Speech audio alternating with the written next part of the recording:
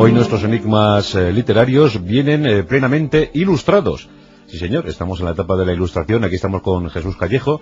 Viene muy vestido hoy de siglo XVIII. ¿A ti te gusta mucho el siglo XVIII, Jesús? Buenas noches. Muy buenas noches. Un siglo muy revolucionario. Sí. Te gusta la música del siglo XVIII, los autores, la enciclopedia.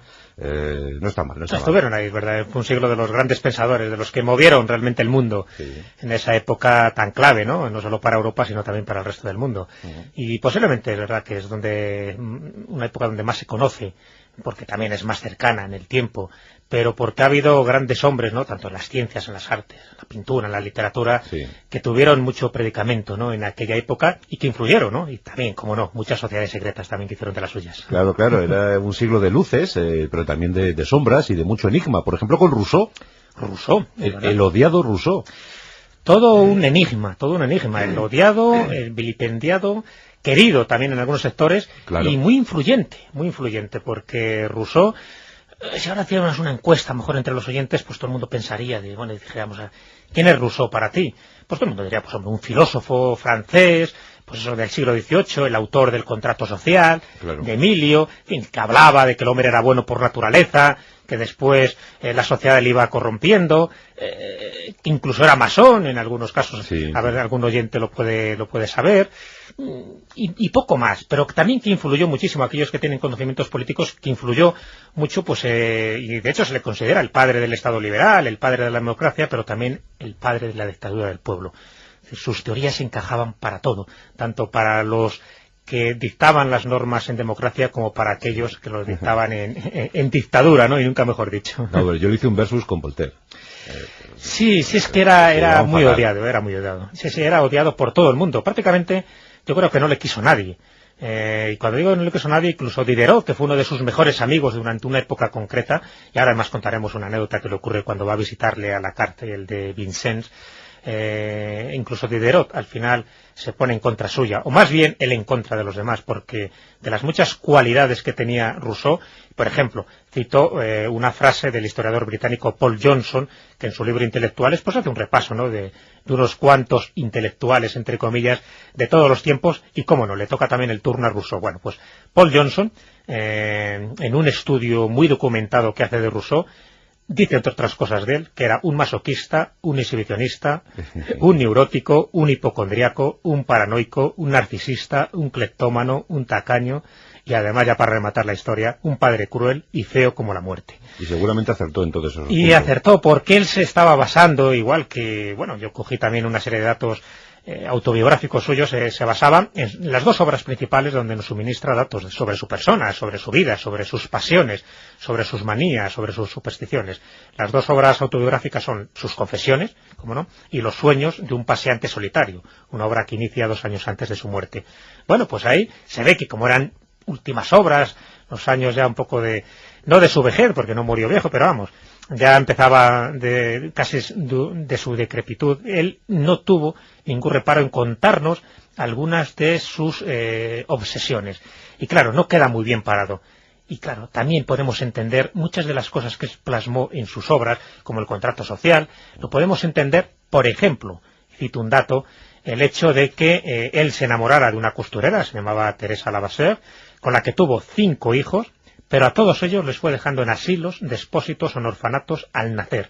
Es decir, le molestaba la presencia de niños en su casa. Según él, el ruido que hacían los niños le molestaba para que él pudiera pensar, le molestaban para que él pudiera escribir en su buhardilla. Y todos sus hijos fueron muriendo. Claro, ahora podemos entender por qué en su obra El Contrato Social insiste en crear un Estado paternalista. Es decir, lo que él no hizo, quería que lo hiciera el Estado. Un Estado paternalista que cuidara y educara a sus ciudadanos huérfanos, más bien, ¿no? Esos ciudadanos huérfanos que no saben qué hacer, porque como nace bueno por naturaleza, y como la sociedad le corrompe, poco a poco, pues necesita que haya una voluntad general, que vaya cediendo cada individuo sus pequeños derechos y su voluntad a una voluntad general que luego es la que decide lo que tiene o lo que no tiene que hacer el individuo. La verdad es que Rousseau era un tipo muy peculiar y no me extraña que Voltaire dijera, ¿verdad?, aquello que cada vez que escuchaba a Rousseau le daban ganas de ponerse a cuatro patas, ¿no? Sí, es cierto, es cierto. Decía Voltaire, dice, todo filósofo me es querido excepto Rousseau. Sí. Para que veas, ¿no?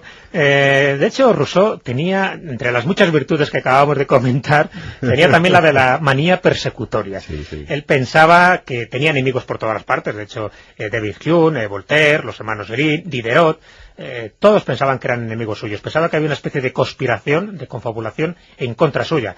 Hasta pensaba o creía que Hume había planeado un atentado contra su vida, o sea que hasta ese punto llegaba su paranoia, ¿no?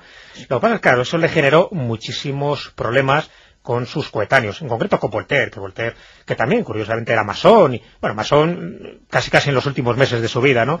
Porque él no quiso nunca ser masón hasta que vio que Benjamin Franklin... Sí, también tiene una biografía Voltaire, También, sí, la de Voltaire algún día tocaremos, porque tuvo muchos altibajos en su vida, pero bueno, fue como más acorde con su pensamiento que Rousseau, donde ya digo que al conocer su vida privada, en parte se justifica su obra, es decir, su obra no deja de ser como una proyección de lo que él no hizo como ciudadano, como buen padre de familia o como hombre, pero que también un poco justifica el por qué era tan odiado por sus contemporáneos. Hay una anécdota bastante significativa que yo creo que nos pone también un poco ese toque mágico, ¿no? Porque, bueno, claro, dicho así, Rousseau dice, bueno, qué desgraciado, ¿no? Este hombre, este hijo, ¿no?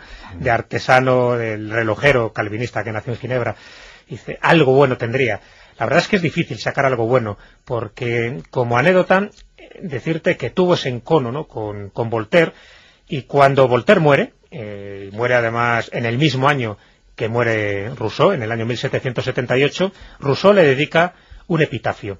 Ese epitafio que hace Rousseau a Voltaire le dice de esta forma, para que se vea un poco la saña, ¿no?, la mala idea que tenía contra Voltaire. Decía, más alto ingenio que gran genio, sin fe, sin honor, sin virtud, murió como vivió, cubierto de gloria y de infamia.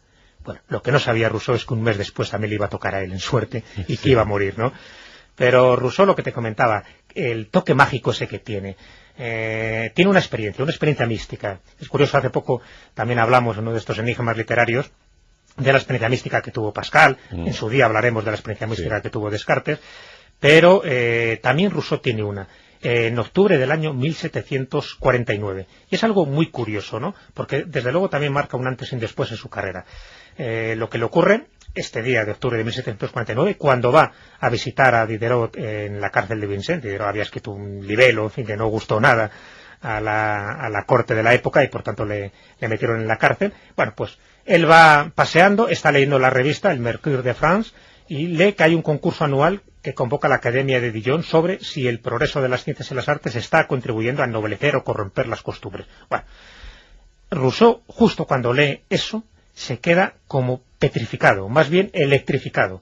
Llora, se sienta en un árbol, tiene una experiencia como sublime, es decir, su cerebro, comenta él, está deslumbrado por mil luces, con una especie de agitación, que se levanta del árbol donde se había apoyado con la chaqueta mojada de lágrimas sin haber sentido que las vertía.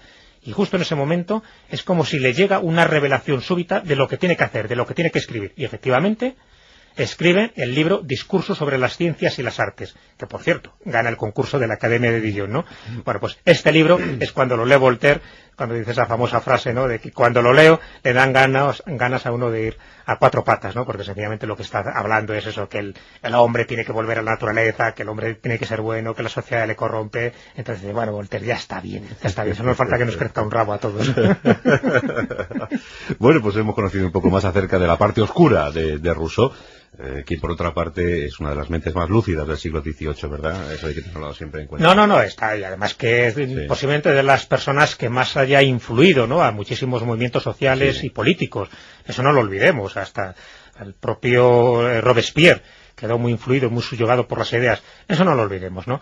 Lo que pasa es eso, que todo este tipo de obsesiones que él tuvo, al final crearon ese lado, ¿no?, ese lado oscuro que no conocíamos, como el ser exhibicionista, ¿no?, el que fuera a las alamedas oscuras y el hombre se quitara casi la gabardina, ¿no?, para hacer las cosas que le gustaría hacer delante de una mujer, pero que lo tenía que hacer a la distancia, ¿no?, que era también masoquista, que le encantaba que le dieran azotes. En fin, este tipo de cosas que son poco conocidas, pero que creo que son necesarias para entender un poco esa personalidad tan compleja que tuvo Rousseau. Bueno, pues muy bien, querido Jesús, un enigma literario más, en este caso Rousseau, el siglo de la Ilustración, así que vamos a vestirnos de ilustrados. Yo voy de Diderot y tú vas a ir de Madame Pompadour, ¿eh? Bueno, pero con una bombilla en la cabeza, porque para eso estamos en el siglo